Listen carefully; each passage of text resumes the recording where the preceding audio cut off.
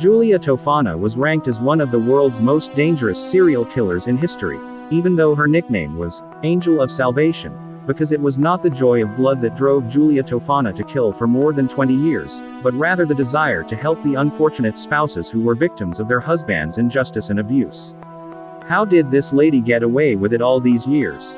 And what is the story of the soup bowl that was the reason for her execution after she contributed to the killing of more than 600 men?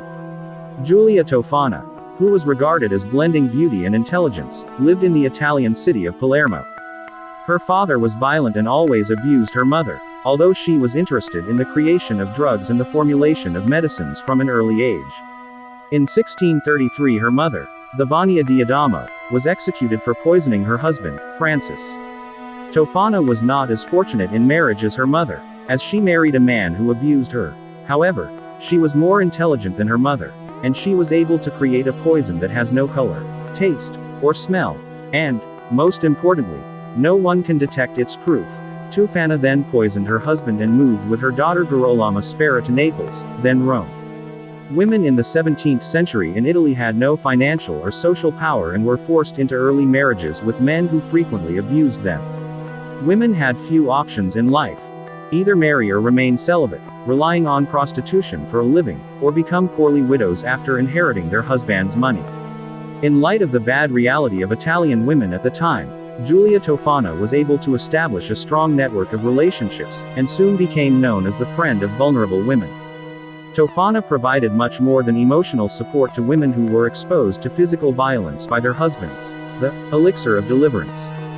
Tofana settled in Rome where she opened a cosmetic store and, with the help of her daughter and a group of trusted women, began selling a special product for battered women exclusively under the name Aqua Tofana. The formula of this poison was incredibly clever, as it could kill a man with just 4 to 6 drops, and it could not be detected if it was placed in food or drink because it had no color, taste, or smell. More importantly, it had symptoms that were similar to those of a common illness. Women would give poison to their husbands in portions. The man would only feel weak and tired throughout the first dose. Other symptoms, including stomach discomfort, extreme thirst, and vomiting, will begin to appear after taking the second dose.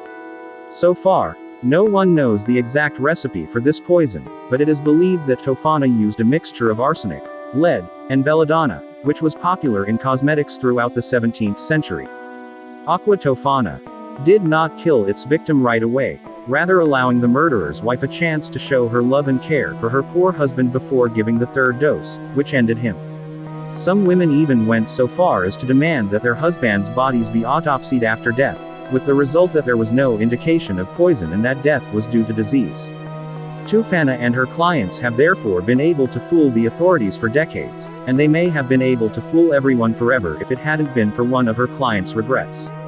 According to legend, Tofana met her demise at the hands of one of her patrons. That woman was lamenting about her husband's injustice and constant abuse of her, and with Tofana's guidance, she decided to get rid of him for good by putting 2 drops of Aqua Tofana in a bowl of soup.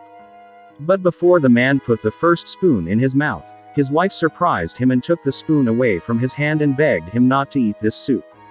This raised the suspicion of the man, who revolted against his wife and continued to beat her until she admitted to poisoning the food. The husband immediately handed over his wife to the authorities, and after she was tortured, she admitted that she had bought poison from Giulia Tofana. After that incident, the Pope's authorities demanded the arrest of Giulia Tofana, but her great popularity in Rome made her at first spared, as the locals protected her, and gave her shelter in the church. However, soon after, people began accusing Tofana of mass killing and poisoning Rome's waters, enabling authorities to break inside the church and arrest her. Tofana admitted to killing 600 men with her poison in Rome alone between 1633 and 1651 while being tortured. As a result, she was executed in July 1659, along with her daughter, Girolamo Spera, and 3 other assistants, and her criminal history is said to have lasted much longer than that, with her execution not taking place until 1709. Some women who used poison to kill their husbands were also arrested, with some lower-class women being put to death and some upper-class women being arrested, while some nobles were able to avoid punishment entirely by denying the responsibility of the deadly poison, Aqua Tofana. Her dead body was thrown over the wall of the church where she had taken shelter.